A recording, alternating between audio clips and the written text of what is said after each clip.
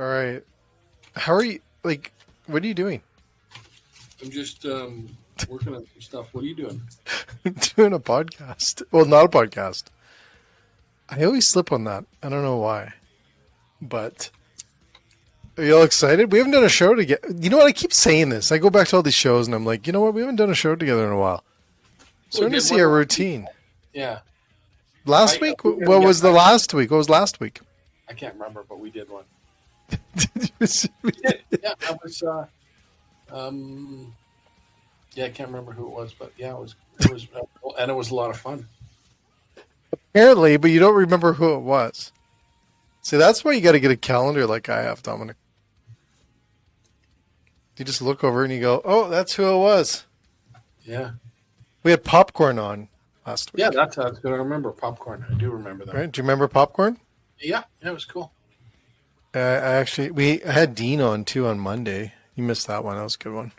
Dean LeBray? Yeah. Oh, yeah, I like him. Yeah, he's a pretty cool dude. But we have a great. So everyone, welcome to Late Night Restaurant Show. Dominic, you seem quiet. I'm just waiting for you to fuck up, Jay.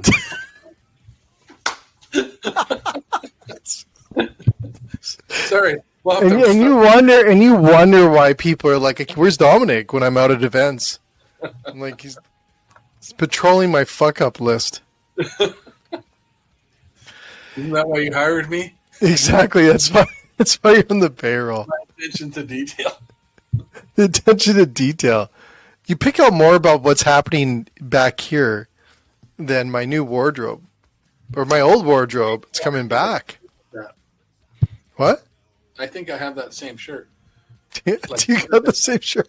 Do you imagine if we wore the same shirts?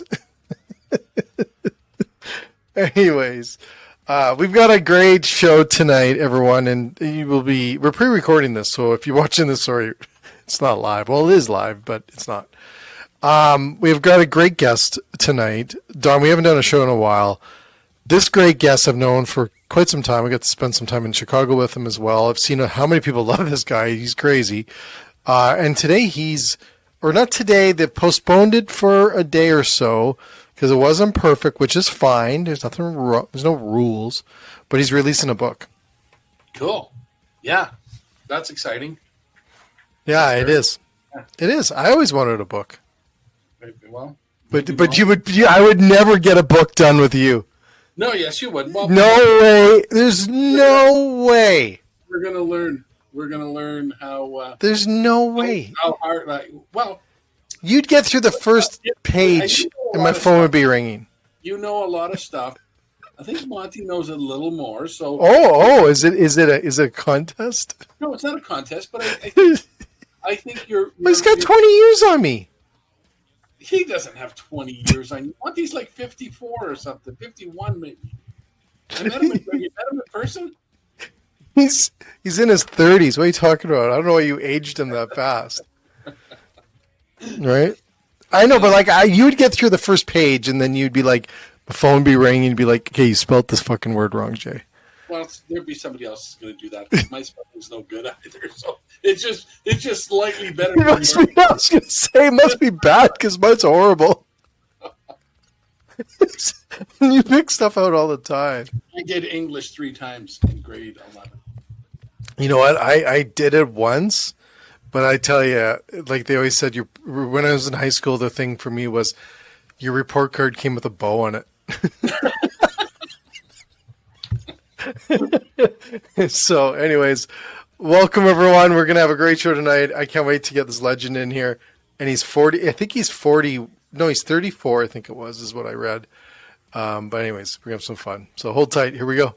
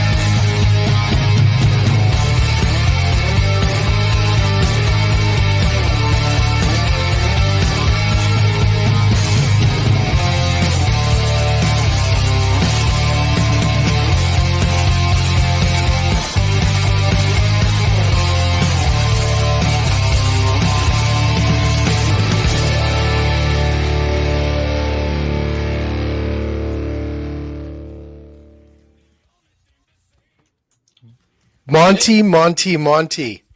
I love the new intro. Do you like the new intro? Yes. We had a different intro, but Dominic doesn't even know this. What What'd you city say? in Canada that is? What city in Canada? We're not just I'm Canada's restaurant guy, but we're worldwide. I don't know if you know this, but next week we're doing one from Australia, just FYI. So we're worldwide. Monty's joining us from somewhere sunny, I'm pretty sure. But Florida, apparently. Well, every time I say Florida, Dominic always goes back to the time when we had Jordan on. I said, "Hey, do you know Monty?" And Dom's like, there's more than like 10 people live in Florida, Jay. And he freaking knew you. That's the funny part. But then he knew you. Yeah. I had the pleasure of hanging out with Dom in person here in the Tampa area. He was down on vacation. And I was working. If the CRA is listening, he was working. He wasn't. He was doing research. We talked business. And unfortunately, I think I was a bad example for him because he did not smoke cigars. But I do now, though. Seriously, are you addicted? I had two, I think, with Monty, and then I had another one with my brother-in-law, and then we were in Toronto a few days later, and we had some there, and then I was in Thunder Bay about a month later, and I had 3 or 4 there, and now I'm thinking of that store that you took us to, that place, and then we went to another one before we left Florida, actually, in near the airport. I can't remember what it's called, but really swanky place, beautiful. Swanky? Yeah. Oh, Jay, what's the 1960 terminology? Hey, Dom has it going on, man. He's swanky. He was the coolest guy. We were at Cigar International, and he was the coolest guy there by far. Well, it was you, Monty. You were. No, Dom. I've been to events. You're the coolest guy in the room. I don't know if you saw our picture together. Monty was looking pretty cool, man. Hey, I did because I think it was cold up here, and you guys were sending me pictures of warm. That is true. Yeah, and we will continue to do that, Jay, just so you know. I'd like to thank you guys. I don't know if it's my makeup artist or this digital programming stuff going on, but I'm actually 60. Wow. Whoa. I know. That's a lie. So I do have probably 20 years on Jay. It's a lie. He's lying. There's no way. Monty doesn't. Have you seen this guy? So when I got to tell the story. So we're in Chicago, and I'm over at our studio space they gave us, and we're doing some shows. And I look over my ear, and I see this guy, and I'm like, I think that's Monty. Sorry? You look over your ear? Oh, sir, like I look. Okay. I look over the area. Okay, I look over the area. And I see this guy, and I'm like, I think that's Monty. And he is like beelining to the show. Like, I've never seen someone walk so fast and not run. You're speed walking. It was so cute. Well, the funny thing about that is Robert Irvine lives in Tampa, and that was it.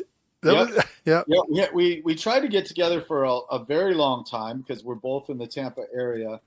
And he travels 330 something days a year, and I travel the other 30. And every time he's in town, which is 30 days a year, he'll reach out and go, "Hey, I'm going to be at the Tampa Bay Food and Wine Festival. You want to meet up?" And I'm like, "Shit, I'm in another state right now." Right? So we've been talking about like having dinner, getting together for a very, very long time. And so he was at that show over at the Grubber booth because he's invested into that. And I was like, I am not missing this opportunity. So he beelined it. Yeah. Yeah. And we spent 20 minutes together or so. Then you walked up because you're not quite as fast as me. And it's that 30-year-old in you, Monty. Yeah. And Robert's like, "Yay!" And so that was fun. The three of us kind of hanging out. Yeah, I know. That was a picture moment. Yeah. I didn't get. So you got a book, Monty. Let's talk about the book, because this is a big day for you. I know you didn't release this today because perfection's important, but you are releasing a book. Is it going to be out tomorrow? So here is how Amazon kind of works for those of you thinking about writing a book. And if you are, I will give a shameless plug for Christian Fisher and his company, because the book would still be, months out if it weren't for them. And I'll kind of tell you a little bit about that story in a second. But basically, anytime you decide to make a change, it goes through the process again. Everything has to be approved, right? By Amazon and approved. And then once that's done, if you don't have something else you want to change, it will go live. And so the plan was to be done and have it go live today. But Christian is a very detail-oriented person. And one point, before that, because that was the final straw. At one point, Robert Irvine agreed to write the foreword, and so I'm like, we got to stop. We can't put this out until we have the foreword. So that kind of slowed it down for a minute, and then I would go, "Hey, Christian, I want to add this paragraph or this picture," and when you do that and you download it into the template and the format, for everything shifts, right? And so Christian, being very, very precise, he's like, okay, by shifting that a paragraph, now you shifted the whole rest of the book, and now the picture is half on one page and half on another. We have to fix that. Or I would add a page, and he goes, well, now your chapters don't start on the right-hand side, so we have to add something for that. And so it went back and forth, and so we kept making these changes. And then finally, I'm like, okay, we're good, right? And then he goes, no, I think the back of the book is a slightly different shade of black than the front. Oh, wow. And Dominic, you get that all the time. I'm like, I don't care. That's, 50 shades of gray, let's have 2 shades of black. Right? So, but him being the perfectionist, wanted to fix that. And so, wow. And then the other thing, he goes, hey, let's add a hard copy. I'm like, okay. And then you have to go in and you're tweaking that, and that's a little bit different. Yeah. And then you have to decide, okay, what are we going to sell this for? And then it's a little bit of work, right? Yeah. But it would literally still be on the edit floor if it weren't for his team. I had an edit, because when I write, I just write whatever's in my head, whatever's in my brain. I just write. Were you a writer, Monty, when you were younger? No, I never was a writer. My wife is a phenomenal. She's got punctuation and grammar and everything down perfectly. She was a school teacher. She hates my writing. She's like, you write like a second grader, right? Because all these ideas are coming out, and I'm not editing as I go, because I don't want to mess up the flow. So I wrote the entire book without an edit. And said, holy smokes. Yeah. And then said, okay, editor, that I hired someone to do the final edit. And I go, okay, here. And she got it done for me in a week. She was amazing. And it's also not like 20 pages, Dom. It's 100 and 150? 156. Wow. So that's a big book. Yeah. And it had to be kind of adjusted, because some of it I got from an article I wrote in Shift Happens column. And so you had to kind of make it all fit, right? So it took a while. But then once I had that, I handed it over to Christian's team. Christian Fisher owns a company called Premier Hospitality Publishing. And they only work with restaurant owners and restaurant chefs and restaurant managers and people in our industry to put a book out. He thinks every single person should write a book. So Dom, you're on the list for a book writing. Yeah. So are you, Jay. And I know you and Christian have already talked about that, Jay, for you. Yeah, I'm a little ways away from that. Like, I'd love to write one, but I'm not a writer, as Dominic can tell. A whole lot. I think Monty's probably going to guide us a little bit here in his own journey, and that he really brought all his ideas to paper, and then somebody can bring that all together. Your editor, obviously, and she turned it in. What did your wife think after the edit? Is what I want to know. Yeah, like, did you get an A? No, well, probably a B first, and then so if my wife and I could have made it through this process, she would have edited my book. But she's, one of the things I had to tell the editor, and I think that, my wife wants the best for me. And so she's going to be tougher and, everything else. But I told the editor, I said, look, I'm going to put this on a Google Drive sheet, and you can make notes of the edit and recommendations, but you're not touching the manuscript, because what I didn't want, and I think my wife would find a better way to write a sentence. Yeah. But I didn't want it to not sound like me. I had enough people that had read my blog, that have read my news. Oh, okay. That's very smart. Yeah. And I'm like, I don't want, if I'm going to let someone completely change it, you might as well use AI, right? But I wanted it to be my voice. And so I told the editor, look, you can put the suggestions on the side, and then I'll drag them or approve them or whatever. Oh, that's cool. It was a really cool process. Yeah. And so she got it done in a week, which was awesome. And how long did the overall process take, Monty? How many months? So here's the funny thing. Once I wrote the book took me a couple of years. And honestly, if I wasn't working with Christian's team, wow, I would still be writing, because he basically said, you need to finish the book now. We need to get this out. And so everybody needs a coach, man. Yeah. Right? Yeah. Really, you got somebody that knows. You got coached. And you got coached. Here's what the process is. Come on. And somebody's pushing you or talking to you or encouraging you. But did you? I think everyone needs that, but not just in writing a book, Dominic. But I think the fact is, sorry. That was my point. Was that your?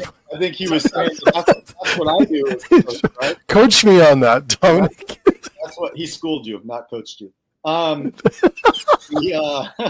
Thanks, Monty. But to Dom's point, that's how I work with my clients, my coach, my restaurant clients, is to kind of help push and guide and be more like a spotter, in a gym, where I'm helping them lift the weights and making sure they're showing up. And all that.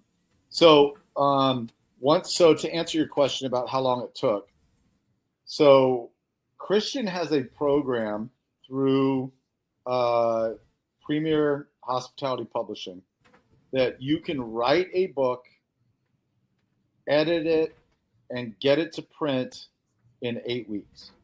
Wow. And there's a system. He's a system he takes you through. And so he's got master groups that can kind of work on stuff together. He has a guy that's further along than me that's written several things. One of his last books, he made $400,000 off of, between all the extra things outside of the book. Nice. And so they help you with that process. So I have this gentleman before me who's ahead, and I'm like, I got to try to catch this guy, man. He's killing it, right? That's speed walking. And then on my Restaurant Success podcast earlier today, Scott was the host of that and interviewed me. And Christian said, okay, Scott, you're next, right? And so now Scott's chasing me and I'm chasing Peter. And that's cool. But it's this, it's this community of people that can work together and push each other and everything else. So once the book was edited by the person I hired, I turned it over to Christian's people. Anne, who works with him, did kind of a final edit and then proofed it and set it so that it was set up to be in Amazon. Created a KDP page and everything else. They're creating an author's page. One very cool thing that you don't know about yet, Jay, our podcast that we do, Restaurant Success Club, that you take the LinkedIn Live version and edit it to Apple. Mm-hmm. He has connected that on Amazon Audible. So our podcast that we do that you produce is now on Amazon as well. That just happened Very cool. 2 days ago. So he has all these things he can do. So he's like, okay, let's do a hard copy. Let's do a soft copy. Let's do a Kindle. We're doing an audio. He said, let's create a journal that people can scribble their ideas and notes. And as they try some of the things in the book, they'll have a journal to kind of write what worked, what didn't work for them. We're going to do Ann called me and said, you got to do a 7-day challenge. So in about a month, we're going to do a 7-day challenge where it's a free thing. The restaurant owners that get the book can sign up, and there's going to be something every day that I'm going to get about regarding the book. And then they've got stuff they got to do, right? It's a challenge. And then we're going to have some final day success stories and stuff. And then from that, anyone that wants to do a super deep dive master group course, that's 8 weeks, not 7 days. That's going to be 8 weeks. They're going to get a video every week. There's going to be, they'll get that's cool. They'll get an autographed copy of the book. They'll get the journal. They'll get the workbook. They'll get a T-shirt.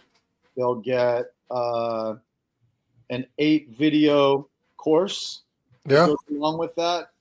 And then they'll be in a once a week. It'll be a Q&A with me. There'll be a Facebook group page so they can kind of share ideas with one another. And then finally, they also will get a 1 hour Zoom coaching call with me for anyone. Holy smokes! So, yeah, so it's about $1,000 worth of stuff that they'll be able to get for $497. Nice. Yeah. So these are the kind of things that Christians people do. Not only do they get your book out there and give you ideas like, hey, let's do a journal, let's do a workbook, but then they have you create these masterminds, these 7-day challenges and like that. And then from there, I'll have some speaking engagements that'll come out of the booking and hopefully some coaching clients that come out of it. So it's a really cool program. He's doing another, I've got the dates. He's going to do like a single day live thing. August. I'll tell you right here. A live event? Is that like online? Like, yeah, he's going to do I think it's a Zoom thing or something, but he's going to do a free live event. It's the Book Writer Club. He's going to do a session on August 19th and one on the 22nd. You can sign up for those by going to www.bookwriter.club. That's pretty cool. Yeah, and then he's going to do he's going to do a 10-minute webinar with Book Writer masterclass.club. And then he's going to do an actual thing where a group thing where he's going to coach you in how to get your book out in 8 weeks. So just a phenomenal course that I think that everyone should go to. And what he does, you can do kind of a coaching thing where you get a call with him every week, but you kind of do everything and he kind of tells you what to do. Or for those of us like myself that are really dumb when it comes to tech, they have a do it all. And that's what I signed up for. Was I gave them, other than writing the manuscript and coming up with basic idea of the cover, his team did everything else. So gotta get one of those teams, though. Well, I think. Well, no, you don't have to get them because they're out there. Christians got it, right? Monty just went through it. I think that, and that's Jay. When we talk about like what Monty's gone through and what we've talked with a lot of other people, restaurants, in this case, if they wanted to write a book, because there's lots of stories to be told out there, they need to leverage the tech, the services, the expertise that's out there, and many don't do it. to their detriment, right? Well, in this case, you're years ahead of getting your book out. I'm assuming because you said you started going there. I was 2 years in, and it might have been another 2 years. Yeah, right? and it was 3 weeks. Right. There you go. Okay, so yeah, the teams are out there, the tech's out there, the expertise is out there. I think people I think I say this every time. People don't go and look for it, or they really don't even know that it's there. Right? If they went and looked, they might find it. But I think a lot of people say, well, holy shit, who's going to help me write a book? What do I do? Where do I start? And then in this case, specifically to the hospitality industry, now you're getting into some pretty specialized stuff that's, but it's successful. So it's cool. And if I would have had to go back and forth with the changes that, needed to happen, I would have given up. And Christian said that's where most people don't end up getting a book out, right? Because it just gets bogged down, and they just don't know what to do and how to ramp it up, But yeah, highly recommend. I know Jay, you're looking to work with him.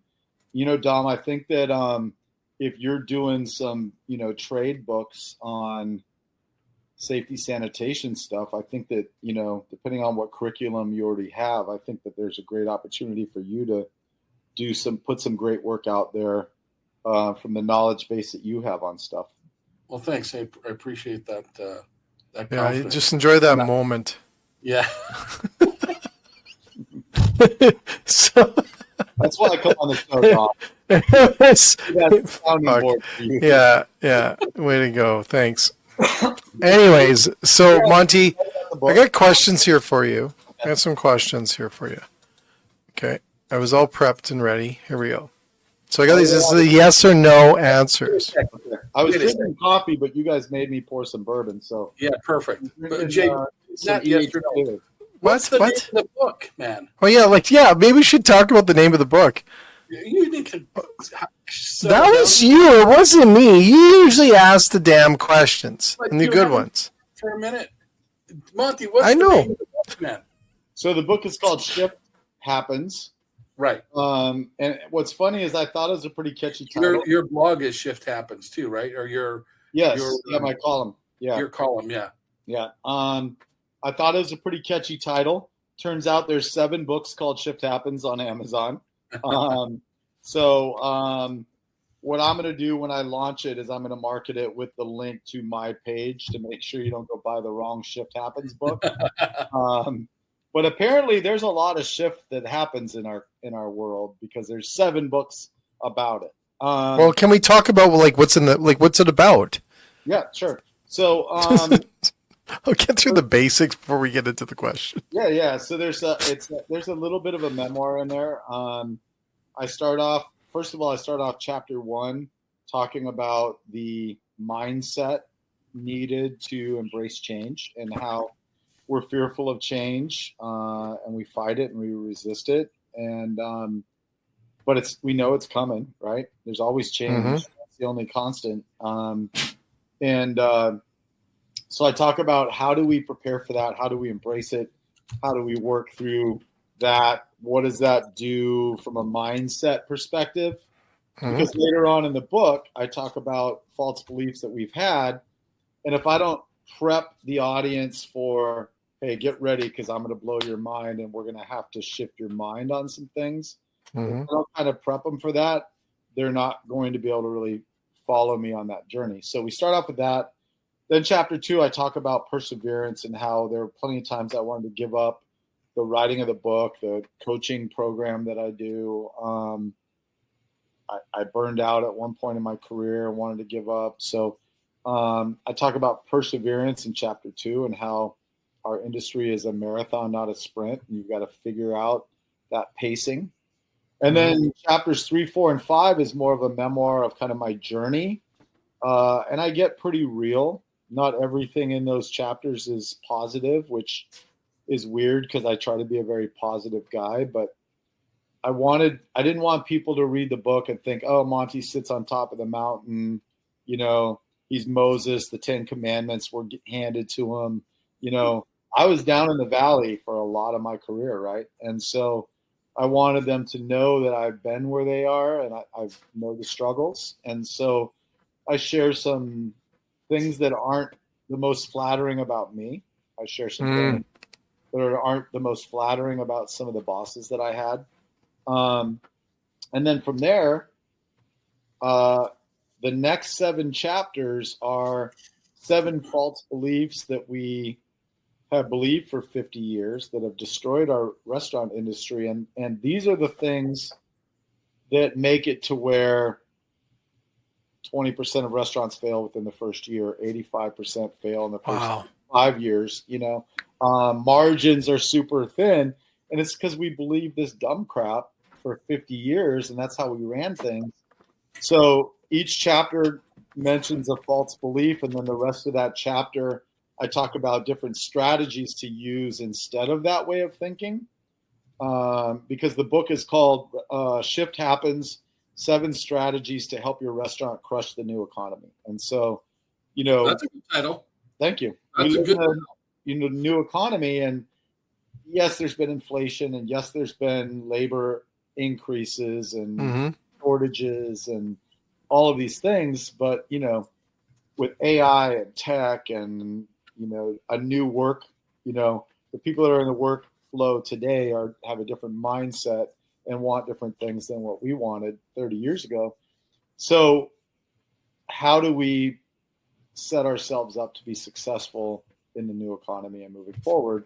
And then remembering that, hey, look, things are going to change again. So don't think this book is like the one-stop shop, all your things are solved, because we've got to, just like a surfer, I grew up surfing, and you got to be able to... Whoa. You grew up surfing? Yes, California. Fuck, we got to come back to that in a second. Keep sorry, Monty.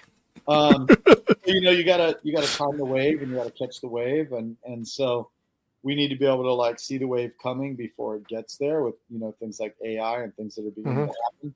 And then at the very end of the book, I talk about the last chapter is kind of like a little bit of where I think the industry is going, and it's great. It's it's a story. It's the story of my career, my ups and downs, my challenges, my struggles. I went through burnout. I went through divorce. But it's a happy ending. I came out of that not being a lousy boss and manager, and not being task focused instead of people focused. And so the last 20 years of my career was completely different than the first 5. And now I get to share that knowledge and experience with restaurant owners that I coach. Monty, can I ask you something before we get deep into on that last point? Do you think are new restaurants, what was it, 85% failure in 5 years? Yeah. Oh, if not more, yeah. There's people out there like you, smart people, been around, seen the shit, got past it, learned something. And there's lots, right? There's successful restaurants. There's successful operators. What stops people from seeking out that? What stops people from saying, "Hey, I'm going to go talk to somebody who's successful at it"? Is it our own sort of pride that we don't want to talk to somebody about it? Is it fear of, "Hey, you know what? That person's not going to talk to me"?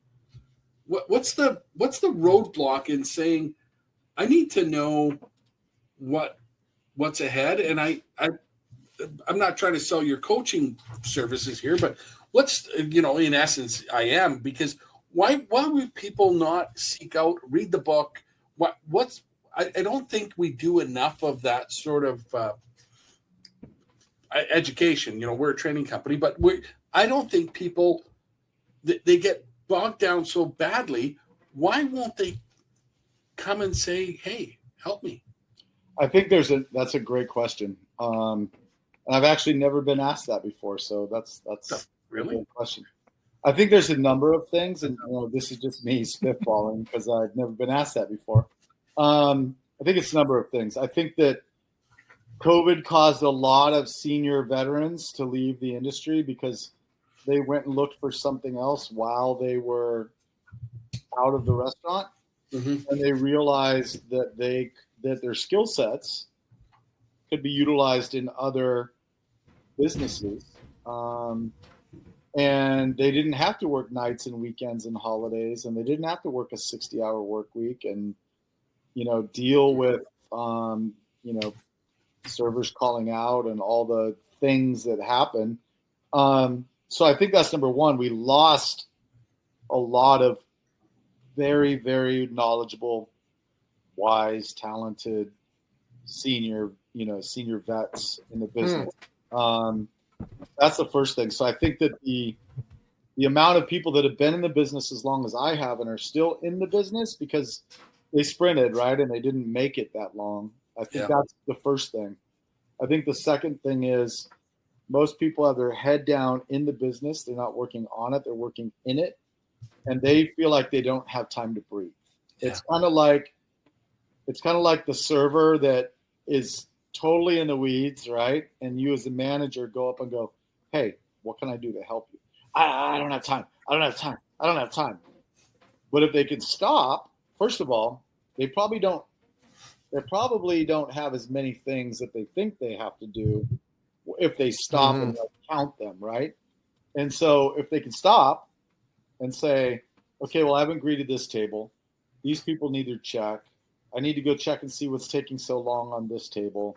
And no one's even dropped waters at this table. Okay, well, the manager can go, okay, I'm going to get the busser to drop water. I'm going to go check on your food. And I'm going to run by and say that you will be right with this table that hasn't been greeted, right? Boom, boom, boom, boom, boom. It's done. It took seconds. But the frantic server is so in the weeds that they can't see the forest through the tree. And so they think it's worse, and they don't take the 5 seconds to say, hey, I need help. And it's very much that way with restaurant owners. They get, they get stuck in the middle of it. Somebody calls out, well, I was going to work on this, but somebody called out, so now I'm bartending, right? That's the second thing. The third thing is, I think that there's a certain humility required to say, hey, I need help. Yeah, I agree. And what's interesting to me is my clients are some of the smartest restaurant people I know. I've got a client, Nick Fosberg, who's probably one of the best marketing people I've ever seen when it comes to restaurants, right? And so the really smart ones know that they don't know everything. I know that I'm not saying I'm really smart, but I know I don't know everything, and I've been doing this for 25 years, but I still read books. Some of the knowledge that I have is because I read books. I didn't just experience it. I think a lot of people don't, and I do this all the time, and I get cranky about this stuff. But I don't think people work. I don't think they practice or learn the continuous learning of running businesses or being leaders in this space, let alone business itself. You have to work on it. The world is changing. The industry's changing. Everything's changing. And a lot of people just don't go and don't have that continuous learning side. You have to work it like a muscle, Monty. And I find so many people don't do that. Yeah. And we wonder why I'm done with the industry not making money and people dropping, because a lot of people are figuring it out. I hate to say it, but they're figuring it out with coaches like yourself. There's 15% of the market is doing great, right? Yeah. So how do you, identify that? So another thing is, I think a lot of the really smart people own their own restaurants and they're crushing it.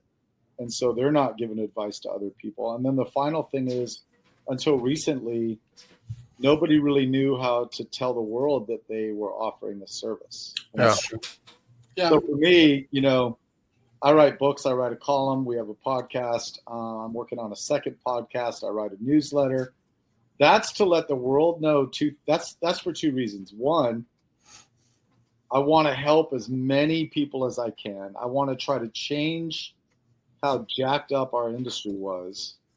And so being able to share to the masses gives me a broader audience, right?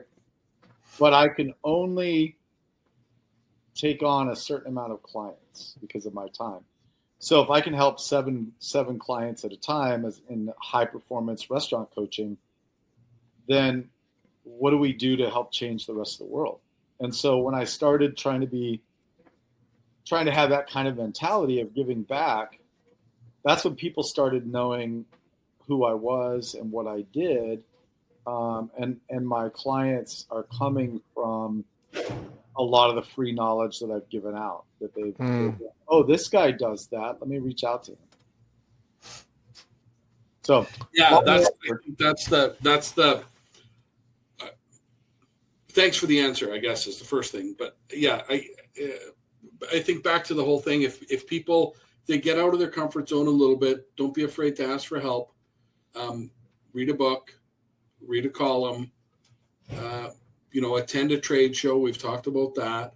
There's lots to learn. And I think to your last point, it's easy to access that information now. It's much easier than it was 20 or 30 years ago. Yes. And the ability to reach not only people like yourselves, but you have you do a podcast with somebody that's from over in England or the UK. We've got a guest on from that's coming from Australia or something next week, or New Zealand. I can't remember, but Australia. Thank you for listening to me. The Australia. The world is at our disposal now. Yeah. Right. Well, here's the thing too. I think we have to also. I think the world is, and I think we have to look at it that way. Like we have to look beyond the lens, and I don't think we practice it. I don't think we practice it enough. I also think people think we're too expensive. If I'm an expensive consultant. If you want to hire me for, if you want to fly me to your restaurant for a couple days to troubleshoot your food cost or train your chef or write a training program or do your beverage program or train your staff on hospitality, consulting is very expensive because you're trading your time for it, right? And so if you want to hire me as a consultant, I'll come $1,000 a day. But my coaching services are a lot less expensive than that because it's an ongoing 90-day program where in 90 days we focus on people, product, processes, purchasing, and profit. And purchasing includes what the guest purchases, so sales and revenue, as well as what you purchase. And so if I'm doing that as more of like an instructor or a coach, and I'm not doing all the work, it doesn't require as much of my time. I do mindset coaching. If you want me to work with your GM or your chef, I can do that. But the plan that we put together, we work together. I don't do all the work. And by doing that, you can actually hire me for 90 days for less than what you would pay a full-time hostess for 90 days. Well, I was going to say that even on the consulting side of it, I think there might be a thought that it's too expensive, but the downside of that is if you don't invest in yourself or your business and or your staff with coaching or consulting or a 1 or 2 day or 3 day or 5 day of come and take a hard look at what we're doing, the expense of not doing it is massive. You just said, I walked into a restaurant for a day. This was back during COVID. And I said, why are those 4 tables pushed together? And they said, well, we have the 6-foot rule. I said, okay, I understand you have a 6-foot rule, but I spent the day watching how the floor got set, and there would be a 2-top sitting in a 20-top, wasting all that extra space, right? There would be you'd have a 5 top on the 20 top, and then a 10 top would walk in, and you had no place to put them, right? And they would turn around and leave. So I said, look, let's just remove some of these tables, because I charted like every 15 minutes how many people came in and what size were the parties, and I'm like, your restaurant is serving parties of 2, parties of 3, parties of 4, parties of 5. That's it. Occasionally you get a 10 top, right? So we can have 2 4 tops 6 feet apart, and if a 10 top walks in, push them together, right? And get rid of these extra ones so we fulfill the 6-foot rule. And we actually had less seats available, but they started doing 10 extra covers a turn. And when you do, 2 covers at lunch and 4 at dinner, that's 6 turns. That's 60 extra guests. And so their sales went up. I think the check average there was $25. Their sales went up $1,500 a day, because I was in that building, able to see that and make that adjustment. Going in the kitchen and watching, the productivity level, and being able to say, hey, what if you do this way? So to your point, yes, you pay me $2,000 to come in your restaurant for 2 days, you're going to benefit. This one restaurant's reaping. That was just one thing I did that day. That only one thing. No, exactly. More, but it raised their sales $1,500 a day. Every day going forward. Yeah. Right. Yeah. So the payback's a week. But what I'm saying too, my point about the coaching is, you can bring me in for 2 days as a consultant. Yeah. Which, if that's all you need, you come in, boom, get out. But most people need that constant mindset coaching and everything else. You can get me for 90 days for the same price you would pay for me to come to your restaurant for 2 days. Yeah. Yeah. I think, Jay talks about this a lot. In any, I don't have an official coach myself, and I'm thinking about it though right now, but in any industry you're in, you need that. You went, you just did the book. The Christian's team helped you get there, and if you're going to do another one, I'm sure you're going to engage them again. Yes, right. You know what I mean. You're not going to not do it that way because it was successful and it helped. Yeah. So in any industry, if we're not willing to go out and talk to other people and listen and be coached or mentored or whatever you want to call it, just at least get out of your comfort zone and go see what's going on, or have somebody tell you with a fresh set of eyes what's going on, because we're like you said, you're stuck in the weeds. Sorry, Jay, I'll shut up now. No, don't shut up. He needs to write a book on podcasting and how to podcast, right? Because he's an expert at that, and he's helped me immensely with my podcast. I couldn't do the things he does for me, and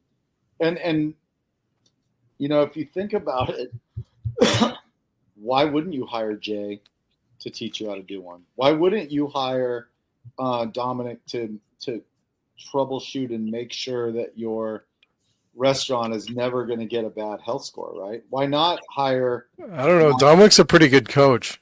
Yeah. How many times I call you a day? I hired him to do my podcast, Monty. I did, actually. Yeah. I know, which we have to get going again on. Now you can do it with a cigar in your mouth. And really be but somebody else does that. We had somebody on our show that does the cigar thing, so I don't know if I could do that. That was Michael. Yeah. King of Fish. So anyways, Monty, we got to keep trucking here. So I do have some questions here. I have questions, Dominic. I planned. Yeah. Yeah. Thanks. I call him like 5 times a day to coach me.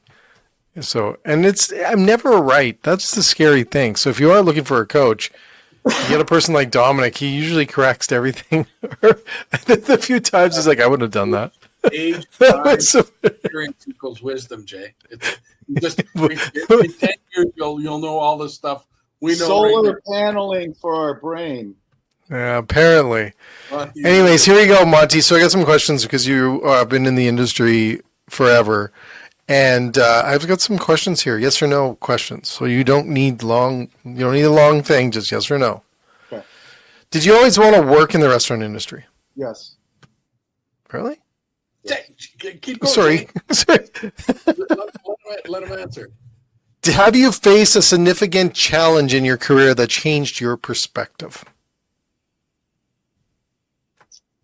I try to gather as much information as I can. I bring in people that I trust and bounce the ideas off of them, and then look for a creative solution utilizing all the talented people on my team. You think he said how, but he said have you. Oh. Yeah. I was going to say, fuck, you gave me shit for an answer, and he goes right into it. Anyways. How about when you were in the valley? What happened? What was the valley of your career when you said you were pretty down low? So there's been peaks and valleys throughout my career. 4 years in, I became a GM for Wolfgang Puck.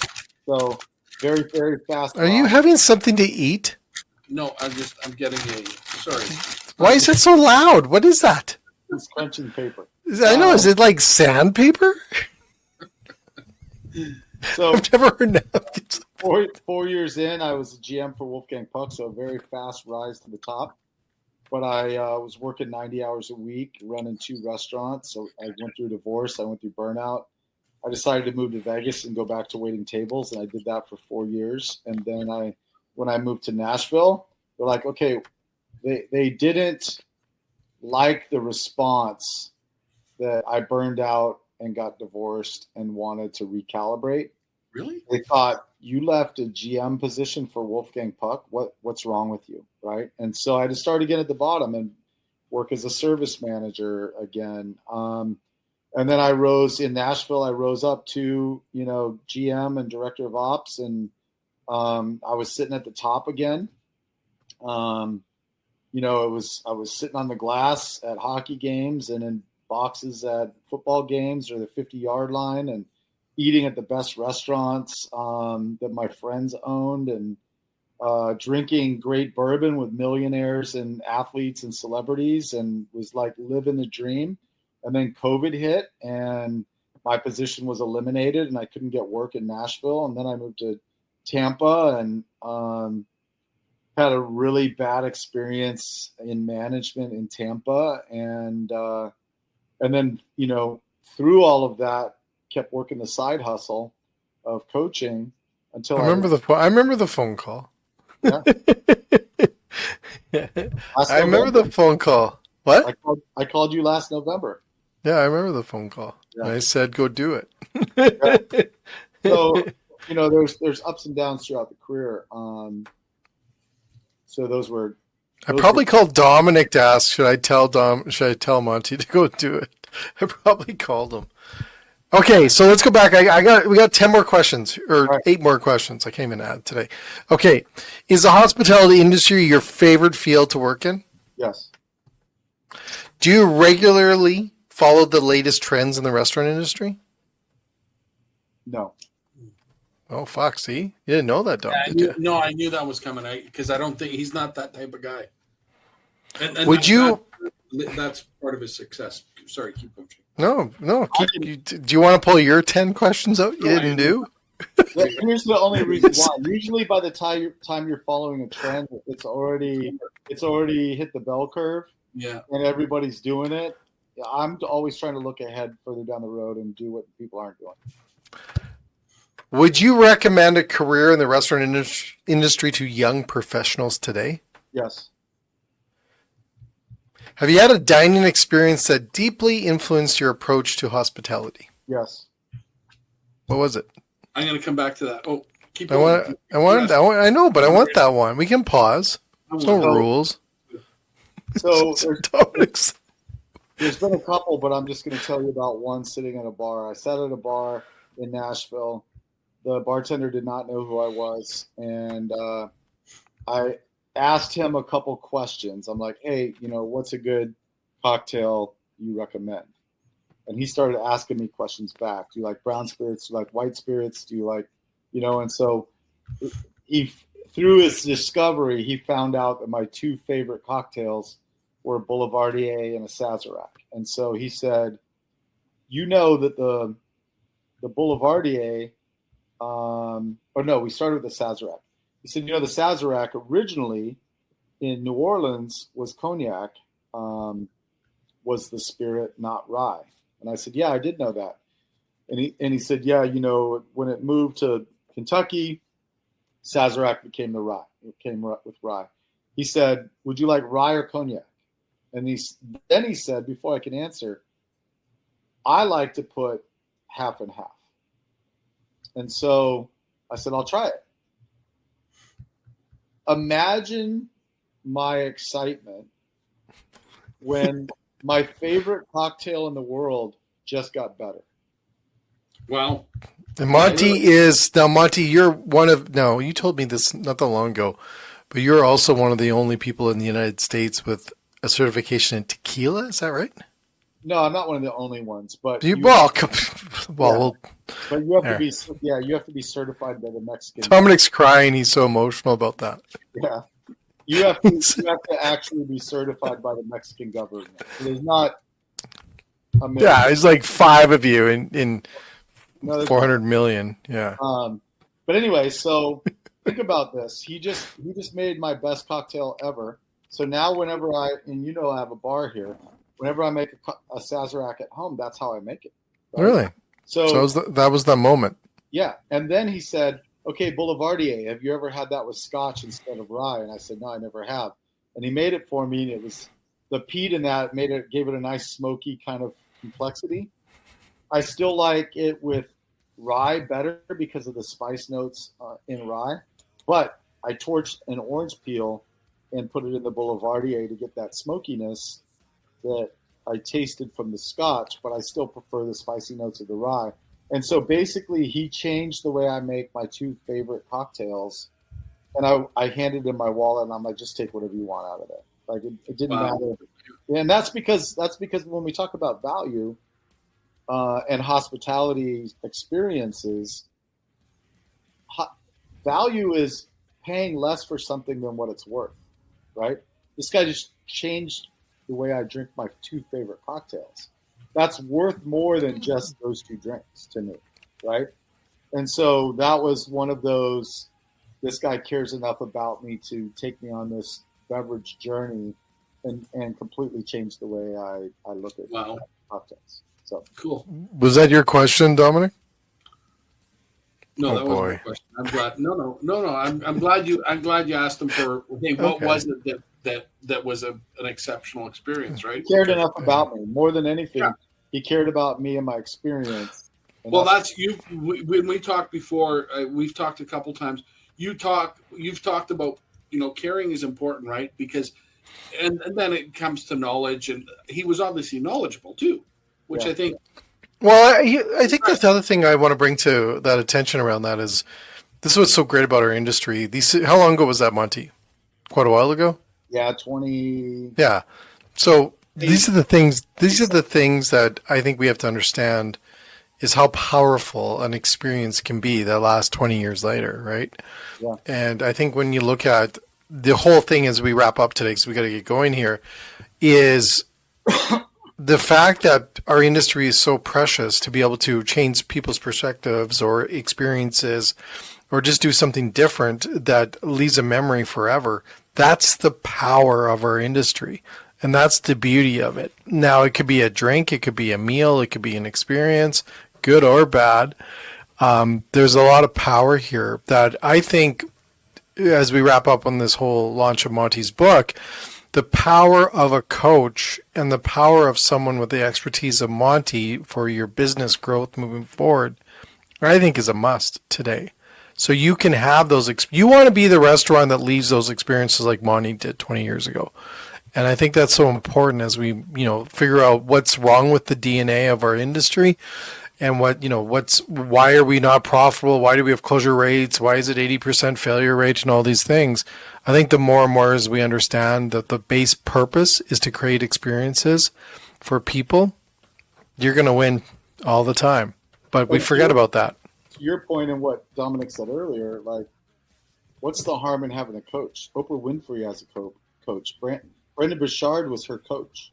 She's one of the most successful business people on the planet, and she had a coach, right? Carrie Underwood, one of the best voices ever, had a vocal coach, right? Tom Brady had a trainer, right? The greatest, most successful high-performance people have a coach that pushes them to be their best. And that's what I do. I just want my clients to show up every day to be the best version of themselves, try to improve by 1% every day, and they're going to be successful. Mm-hmm. Well, Monte, sorry. Isn't there? I got a few more, but we got to wrap it up. It's going to be like a 2-part series or a 10-part series by the time. Let's just do yes or no. Yes or no. Do you want one more question? Is that what you're asking, Dominic? Were they getting better or worse? No, they're getting better. Were they getting worse? Is that what you're saying? Did I start out strong and they were going shitty? They're all strong questions. Oh my good Lord. Yes and no. We won't dilly-dally. Is it important to build a strong team culture in your restaurant? Yes. Do you think technology is essential for the future of the restaurant industry? Yes. Are you currently working on any other exciting projects that no one else knows? Yes. What can I ask if they are? Because we'll be another part. We'll leave it there. Let's leave it there, and we'll have Monte back, Dom. Sure. Are you okay? Like you're tearing up a lot today. No, I'm not. I'm emotional and happy that Monte's here and I know a little bit of time with us, and we had dinner together in Sherrod. We got to meet each other, and we got to. Did we see each other for the first time in Gibson's? Yep. Which I do have a steak knife bought from there. And dinner we had in Gibson's in Chicago was the only time we physically met in person. But you and I call each other at 6 a.m. or 10 p.m. So I think we've gone beyond that. Oh yeah, there it is. Remember that, Monte? Remember our server? Oh, it was incredible. There's an experience we won't forget, right? Yeah. So.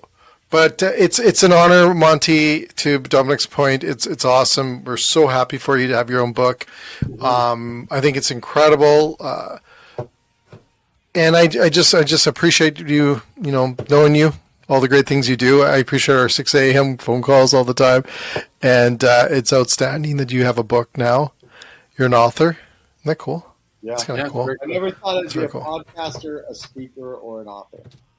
Yeah. And here you are doing. And the cool thing is you're helping people along the way on top of all of that, right? You're not. It's providing you with a living, I think, but it's also probably very rewarding helping people, right? It's always well, like his type though. But that's like Monte. Like when you meet Monte, you go like you could say he's definitely all these other things, but he's definitely a coach because he's personally cares. He has a caring mind. Like I can only imagine, but like, Monte, you ever got mad? Like you don't seem like you're the type to ever get mad. I do. And I'm not the bar rescue. And we leave it to those boys. Yeah. Yeah. But anyways, sorry, Tom. Monte. What's that? Shift happens, and then there's a subtitle to it. Shift happens. The book. 7 strategies to help your restaurant crush the new economy. Very cool. There you go. All the best, Monte. When we have him on again, we want to talk about those 7 strategies. Just like we'll get him back. We'll get him back. I love because I think that would be something a lot of people want to hear. Then they can go get the book and read about it and get deep into it. But the teaser part of it, just getting people thinking of, here's some things that could help you just look at things a little differently than you are right now. Yeah. Thanks so much, Monte. Thank you. So you go, Dom. Yeah, you haven't said you're batting 100 again in a long time. Batting 1,000, Jay, not 100. Is 1,000 better than 100? Well, 1,000 is better than 100 for sure, but I don't know what the basic terminology is, so I don't. I always mess it up. It never fails, eh? Yeah. What are you doing? You having a moment? No, I'm just I was looking at the bus in the background in the cafeteria there at the airport. But and then I remembered that you told me it's an airport. I think the cafeteria. I still don't. It's not a high school. Yeah. Okay. it's an airport, isn't it? It's an airport. Yeah. Right. You've probably been there. What's on the agenda? What's coming up? So if everyone's listening to our podcast, you know what, we got some great shows coming up. We're also live from Australia on Tuesday next week, which we are going to record live, but we also are going to put it up into our channels. We also have, it's my own show because Dominic is busy in the morning taking my phone calls, but I'm also launched the AM, not a podcast show, which I'm just talking marketing. I have so much experience in marketing, right? I got to talk about it. Need a co-host for that one, I guess. Yeah. Okay. Well, we won't talk about that. And then also, there's a lot of things coming up, but we're not a podcast. We didn't say that enough. But you know what? I thought we had this locked down.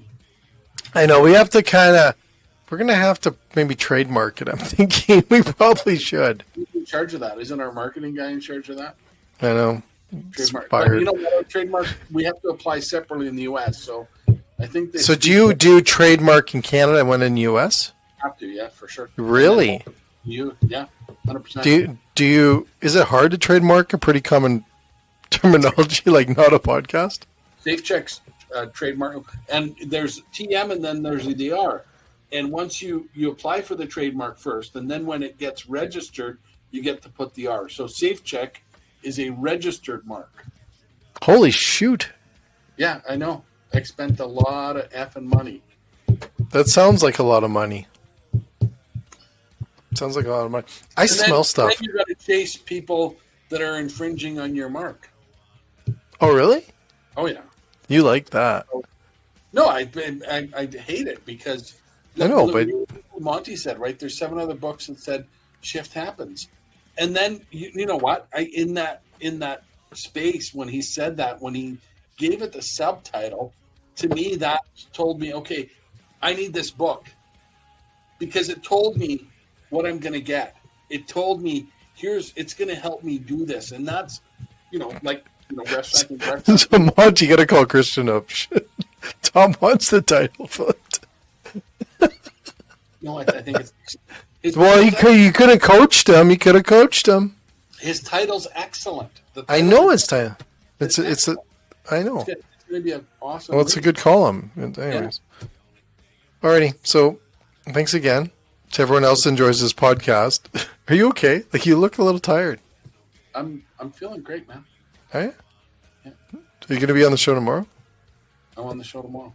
I don't want a 6:59 phone call either, or text. I can't make it. Usually, what time? Tomorrow's earlier, so tomorrow's an earlier recording. Okay. So not 10 minutes before, because if it is, that's okay. I can go grab my backup co-host. But apparently everyone likes you, and now that you've got this GOAT title now too. I was at an event and you came up. I can't believe it. Like it wasn't, oh, Jay, I love your show. Where's Dominic? What, are you kidding me? I was like, anyways, everyone else have a great evening and enjoy our podcast. Not a podcast. Not a podcast. Fuck, I gotta get that fucking right. All right, cheerio. Yeah, well, yeah. What? How many times have you said it more than me? That it's not a podcast? Quite a few, I think. Well, I've said it. It is a podcast a lot more though, and I'd probably mess the shit up. Anyways, thanks again. Thanks again. Cheers.